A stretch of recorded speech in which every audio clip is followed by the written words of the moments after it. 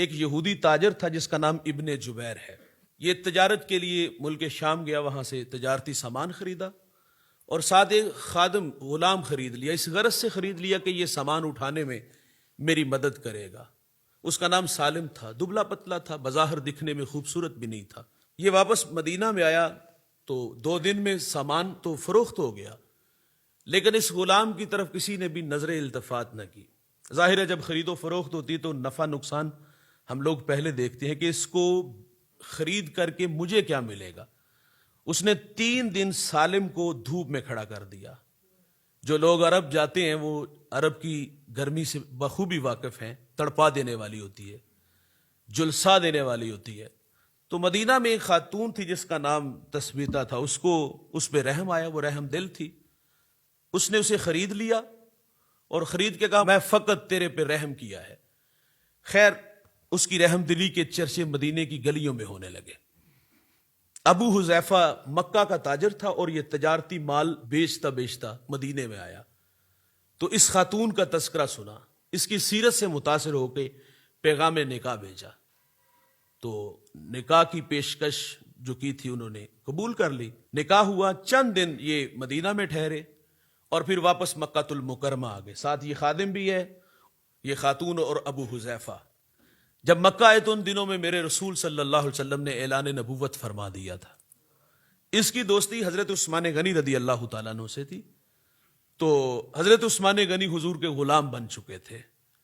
تو یہ ملاقات کے لیے گئے تو حضرت عثمان غنی رضی اللہ تعالیٰ عنہ نے ان کو تبلیغ کی اور مشرف با اسلام ہوئے. ابو حذیفہ بھی ایمان لے آئے، ان کی بیوی بھی ایمان لے آئی اور خادم بھی ایمان لے آیا. ایک دن اس خاتون نے اپنے غلام سے کہا کہ میں نے رسول اللہ سے سنا ہے جو غلام آزاد کرے گا اللہ اس کو جہنم کی آگ سے آزاد کر دے گا. کہا سالم آج سے تو آزاد ہے. تو کہا مجھے اس شہر میں کوئی جانتا نہیں تو میں کہاں جاؤں گا. کہا ہمارے بیٹے بن جاؤ، ہمارے ساتھ تم رہ سکتے ہو. زندگی کے شب و روز سالم کے گزرنے لگے، لیکن ان کا بہت سارا وقت حضور کے قدموں میں گزرتا. جب بھی کوئی قرآن کی آیت اترتی تو یہ سیکھنے کے لیے حضور کی خدمت میں حاضر ہو جاتے. اچھا سالم کو اللہ تعالیٰ نے لہجہ بڑا اعلیٰ دیا تھا. ایک دن حضرت سالم قرآن پڑھ رہے تو میرے نبی مسکرا رہے تھے. ایک دن سالم قرآن پڑھتے تو میرے نبی کیا فرماتے، اللہ تیرا شکر ہے کہ تو نے سالم جیسے قاری قرآن میری امت میں پیدا فرمائے. دیکھیں انسانی فطرت ہے، وہ حوصلہ افزائی کا محتاج ہوتا ہے. حضور مدینے کی گلی سے گزرے تو ایک گھر میں صاحب مکان جو ہے وہ قرآن کی تلاوت کر رہے تھے. اما عائشہ بھی ساتھ تھی. حضور وہیں ٹھہر گئے، کچھ دیر ٹھہرے، گھر تشریف لے آئے. اگلے دن اس نوجوان سے حضور کی ملاقات ہوئی، اس کا نام ابو موسیٰ اشعری تھا. تو حضور فرماتے کل شب میں اور عائشہ دونوں گزر رہے تھے تو سر راہ تیرا گھر آیا اور آپ قرآن پڑھ رہے تھے، ہم رک گئے. حضور فرماتے یار ابو موسیٰ تم قرآن بڑا اچھا پڑھتے ہو. تو عرض کیا کہ حضور اگر مجھے پتا ہوتا کہ آپ سن رہے ہیں تو میں اور سوار کے پڑھتا. یہ انسانی فطرت ہے، وہ حوصلہ افزائی چاہتا ہے. حضرت عاصم یہ ایک بہت بڑا نام گزرا ہے، یہ مسجد نبوی کے امام تھے اور قرات کا بہت بڑا نام ہے. ان کے منہ سے مشک سے بھی زیادہ خوشبو آتی تھی. کسی نے سوال کیا عاصم آپ کے منہ سے مشک سے بھی زیادہ خوشبو آتی، اس کی وجہ؟ تو کہتے ایک شب میں سویا اور خواب میں مجھے حضور کی زیارت نصیب ہوئی. یہ قرآن پڑھنے والوں کو اعزاز ملتے ہیں بھائی، شوق سے قرآن پڑھا کرو، قسمت یاوری کرے گی. عاصم قرآن پڑھتے ہیں اور حضور خواب میں تشریف لے آتے. فرمایا تم قرآن بڑا اچھا پڑھتے ہو، میرے قریب آ جاؤ. کہتے میں حضور کے قریب گیا تو حضور نے میرے لب چوم لیے. کہتے جب سے میرے لب حضور کے لبوں سے لگے ہیں میرے منہ سے مشک سے بھی زیادہ خوشبو آتی ہے.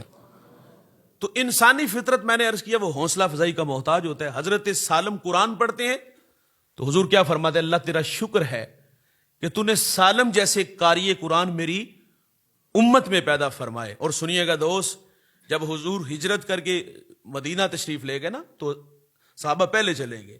ان میں حضرت سالم بھی تھے، حضرت عمر فاروق رضی اللہ تعالیٰ عنہ بھی تھے اور جلیل القدر صحابہ بھی تھے. یہ ہجرت کر کے مدینہ میں آئے، مسجد قباء تک پہنچے، اذان پڑھی گئی، اقامت کہی گئی.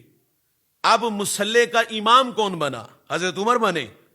دیگر اصحاب میں سے جو بڑے بڑے نام تھے وہ مصلی پہ کھڑے ہوئے؟ نہیں دوست، جب اقامت کہی گئی تو حضرت عمر نے کہا کہ آج مصلی کا امام وہ بنے گا جس کی آواز سن کے محمد عربی خوش ہوتے تھے. سالم مصلی پہ کھڑے ہیں, حضرت عمر فاروق جیسے لوگ پیچھے کھڑے ہیں. اچھا, یہ وہی سالم ہے جب مسجد قباء کے امام بنے تو جو یہودی تھے جنہوں نے سالم کو 3 دن دھوپ میں تڑپتے دیکھا تھا, جب انہوں نے یہ اعزاز شرف دیکھا تو کہا سالم کل تک تو تیری طرف کوئی نظر اٹھا کے نہیں دیکھتا تھا, اور یہ اعزاز کیسے ملا؟ پھر زبان حال سے کچھ یوں کہہ دیا کہ جب تک بکے نہ تھے کوئی پوچھتا نہ تھا, تو نے خرید کے انمول کر دیا. قرآن کی محبت, صاحب قرآن کی محبت انسان کو عزت عطا فرماتا ہے. تو محبت الہی کا اگر اعزاز چاہیے, کہ اللہ کا پیار چاہیے, تو اس کتاب سے جڑ جاؤ, اس کتاب کی تلاوت کثرت سے کیا کرو.